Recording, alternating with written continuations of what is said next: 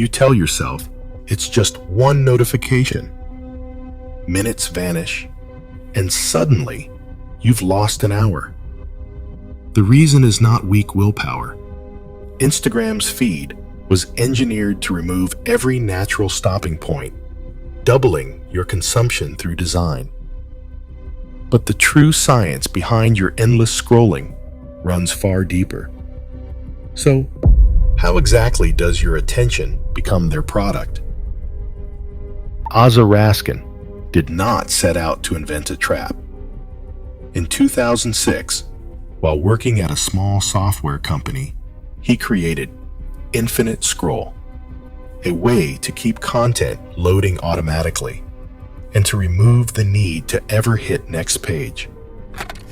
His idea was to save people time, to smooth out the bumps in browsing. But what happened instead stunned even him. Without natural stopping points, people simply kept going. Your support helps expose the systems controlling your life. If this opened your eyes, hit like and subscribe to Mindwired.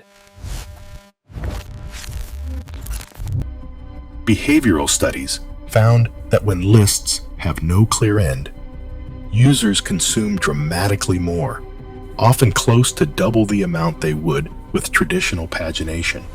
The effect mirrors the bottomless bowl experiment, where diners ate 73% more soup when their bowls secretly refilled. Instagram adopted this logic for its feed. No pages, no finish line, just a seamless stream.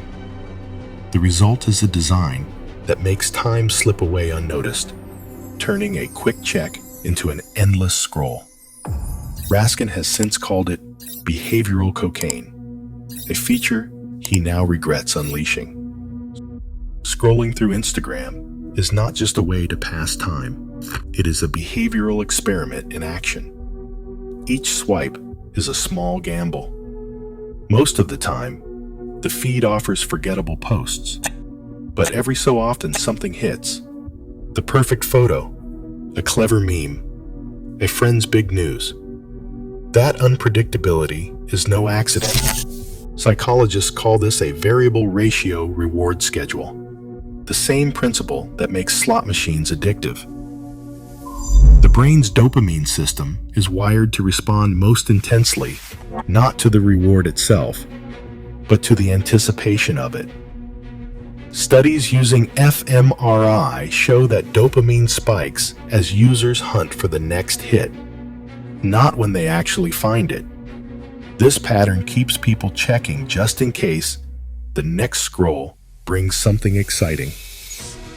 The uncertainty of what comes next turns a simple app into a powerful engine for compulsive behavior, priming users to return again and again, even when they know there is nothing waiting for them. A single red badge lights up on the Instagram icon. The phone vibrates just once, enough to trigger a reflex.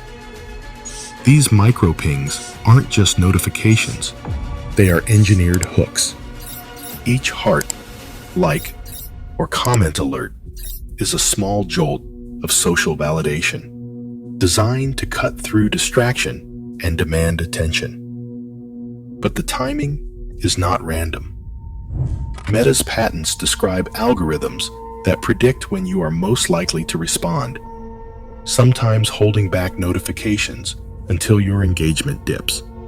Then, in a burst, they arrive, just when the app senses you might be drifting away. That sudden rush of feedback pulls users straight back into the scroll, restarting the loop.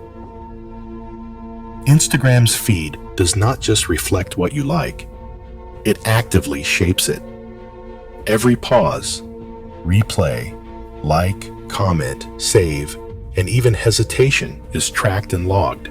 Meta's own documentation lists signals like dwell time, rewatching reels, profile taps, shares, and search queries.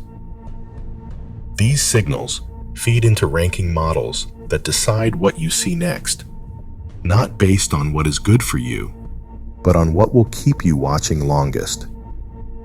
A former Instagram product designer once put it bluntly, "We were not asking if this was good for people. We were asking, does it increase session length?" The result is a behavioral mirror, one that does not just reflect your interests, but trains and amplifies them, turning the feed into a personalized loop that is hard to break. Stories on Instagram offer something regular posts cannot: a ticking clock. Each story vanishes after 24 hours, turning every update into a limited time event. That fleeting window is not just about sharing moments. It creates a sense of scarcity that drives people to check in, sometimes obsessively, for fear of missing out. But the pressure does not stop there. The scene by list shows exactly who has watched, transforming attention into a visible scoreboard. For many, the urge to see who has viewed their story, or to make sure their own name appears on someone else's list, becomes a daily ritual. Research into the fear of missing out shows this cycle of scarcity and social tracking increases anxiety and reinforces compulsive checking, especially among younger users. The app does not just document what is happening, it turns every interaction into a public measure of belonging. A reel starts, but there is no hint where it begins or ends. The video loops so smoothly that the moment of restart disappears. Instagram engineers have fine-tuned these short clips to play on repeat, nudging viewers to watch again, often without realizing it. This seamless design is not just about aesthetics, it is about retention. When a video loops perfectly, average watch time and replay rates spike. Internal metrics show looping reels keep users engaged longer and lead to more ad impressions.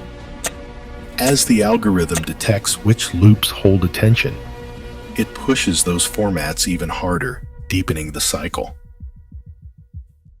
Opening Instagram becomes second nature, a cue, a habit, a reflex.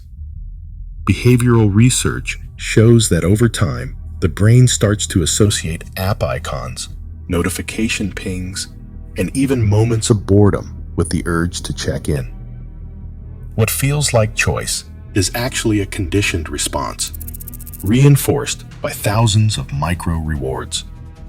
When users try to step away, the effects are immediate: restlessness, anxiety, a nagging sense of missing out. Digital detox studies reveal that these withdrawal symptoms peak in the first days before gradually giving way to relief and clearer mood. The discomfort isn't weakness.